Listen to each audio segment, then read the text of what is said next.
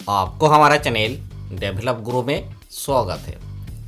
आज हम बात करेंगे बिहार से हावड़ा जाने के लिए एक महत्वपूर्ण ट्रेन का परिचालन शुरू किया जाएगा।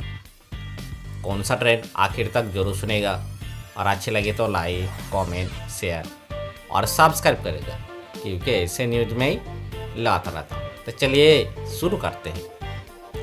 काटिहार से कोलकाता जाने वाले यात्रियों के लिए खुशी का खबर है। हावड़ा काटिहार एक्सप्रेस का परिचालन 20 मार्च से प्रतिदिन किया जाएगा।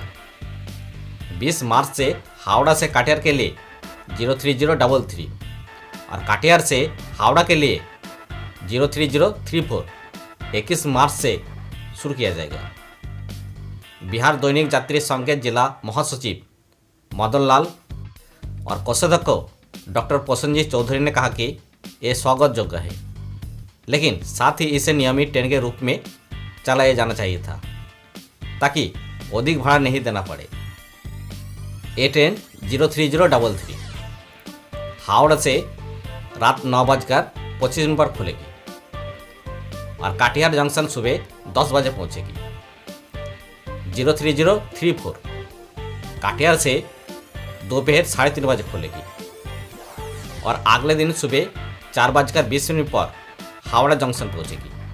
रास्ते में train Bandel, Katwa, Azimganj, new Farakka, Malda town के रास्ते चलाई जाएगी। Thank you.